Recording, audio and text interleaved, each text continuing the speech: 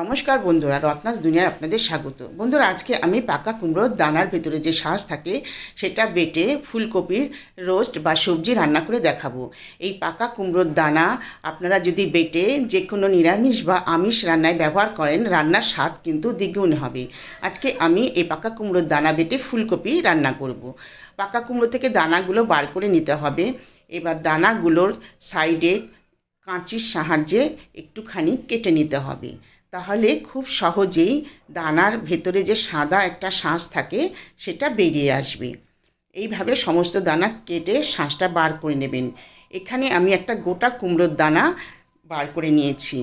এবার এই কুমড়ো দানাগুলোকে কুমড়ো দানার যে শাঁসটা, সাদা শাঁসটাকে 2-3 চামচের মতো জলে ভিজিয়ে রাখতে হবে 5 মিনিট। 5 মিনিট জলে ভিজিয়ে রাখার পরে এবার 5 মিনিট পরে জল ঝরিয়ে দানাগুলো একটা মিক্সি জারে নিয়ে নিতে হবে। তার মধ্যে 2 চামচ টক দই দিয়ে দিতে হবে, 1/2 চামচের মতো লবণ দিয়ে দিতে হবে, আর 2টো কাঁচা লঙ্কা দিয়ে এবার মিক্সি জারের মুখ বন্ধ করে একটা পেস্ট বানিয়ে নিতে হবে। অপরদিকে একটা গোটা ফুলকপি এরকম ছোটো ছোটো টুকরো করে গরম জলে 5 মিনিট ভিজিয়ে রাখবেন। ফুলকপিগুলো গরম জল থেকে তুলে নিয়েছি। ফুলকপি রোস্ট করার জন্য এখানে নিয়েছি 1/2 চামচ জিরে, 1/2 চামচ ধনে, 1/2 চামচ গরম মশলা, ঘি, কাঁচা লঙ্কা, আদা বাটা, টমেটো পেস্ট আর কুমড়ো দানা পেস্ট আর কাশ্মীরি লঙ্কা।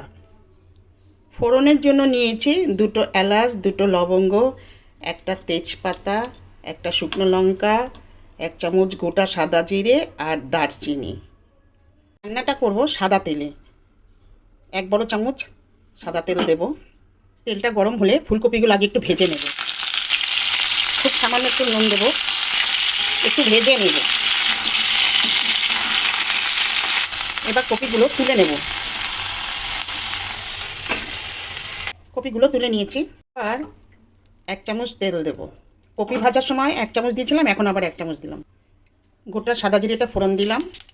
এবার গোটা মশলাগুলো দিয়ে দিলাম, একটু নেড়ে চেড়ে ভেজে নিলাম। এবার 1/2 চামচ আদা বাটা দিলাম। আদাটা একটু ভেজে নেওয়ার পরে একটা গোটা টমেটো দিয়ে দিলাম। প্রথমে টমেটো আর আদা বাটাটাকে একটু কষিয়ে নিতে হবে। আদা আর টমেটো দেওয়ার সময় প্রচণ্ড ছিটকায়, ওই জন্য খুব সাবধানে ছাড়তে হবে। মশলা থেকে একটু তেল যখন ছেড়ে আসবে তখন স্বাদ অনুসারে লবণ দিতে হবে। 1/2 চামচ ধনে গুঁড়ো, 1/2 চামচ জিরে গুঁড়ো, 1/2 চামচ কাশ্মীরি লঙ্কা। আবার এই মশলাটাকে একটু কষিয়ে নিতে হবে। মশলা বেশ কিছুক্ষণ কষিয়ে নেওয়ার পরে এবার সেই কুমড়ো দানা যে পেস্টটা দই দিয়ে করেছিলাম আর কাঁচা লঙ্কা, সেটা দিয়ে দেব। আবার একটু কষিয়ে নেব। এই কুমড়ো দানার পেস্ট কিন্তু 4 মগজের থেকেও বেশি টেস্ট লাগে খেতে। আমি কিন্তু এখানে হলুদের ব্যবহার করিনি। ফ্লেভারের জন্য 2টো কাঁচা লঙ্কা ভেঙে দিয়ে দেব। এবার ভেজে রাখা ফুলকপিগুলো দিয়ে দেব। খুব ভালো মতো কষিয়ে নেব। আপনাদের কাজু, পোস্ত, 4 মগজ তার থেকেও বেশি টেস্ট এই কুমড়ো দানার। সবাই কুমড়ো দানা ফেলে দেয়, এবার থেকে আর ফেলবেন না। কুমড়ো দানার যা টেস্ট না খেলে বুঝবেন না। এবার বন্ধুরা এখানে 1 কাপের মতো জল দিয়ে দেব। দিয়ে আবার একটু নেড়ে চেড়ে নেব।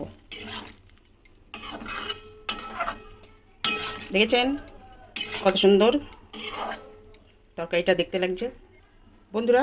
এবার উপর থেকে আবার অল্প করে একটু লবণ দেবো। 1 চামচ চিনি দেবো, এটা কিন্তু একটু মিষ্টি মিষ্টি হবে। গরম মশলা দিয়ে দেবো 1/2 চামচ। একটু নেড়ে চেড়ে নেব। এবার একটু ঢেকে রাখবো 6-7 মিনিটের জন্য, মিডিয়াম হিটে ঢেকে রাখবো। 5-6 মিনিট পরে ফিরে আসলাম বন্ধুরা। এবার লাস্টে একটু ঘি দিয়ে দেবো, একটু ধনেপাতা দিয়ে দেবো, দিয়ে আবার একটু নেড়ে চেড়ে নেব। নিয়ে ঝোলটাকে একটু টানিয়ে নেব। এই ফুলকপির এই সবজিটা দিয়ে রুটি, লুচি, পরোটা, পোলাও সব কিছু খাওয়া যাবে। আরও 1-2 মিনিট একটু রান্না করে নেব। রান্নাটা হয়ে গেছে, এবার আমি নামিয়ে নেব। এবার গরম গরম পরিবেশন করে দেবো। কেউ বুঝতেই পারবে না কুমড়োর দানা বেটে এই ফুলকপির তরকারি রান্না হয়েছে। খেতেটা এতই দারুণ। এবার গরম গরম রুটি, পরোটা, লুচি, এমনকি পোলাওয়ের সাথেও খেতে ভালো লাগবে। ভিডিওটা ভালো লাগলে লাইক করবেন, শেয়ার করবেন, সাবস্ক্রাইব করবেন, আমার পাশে থাকবেন বন্ধুরা।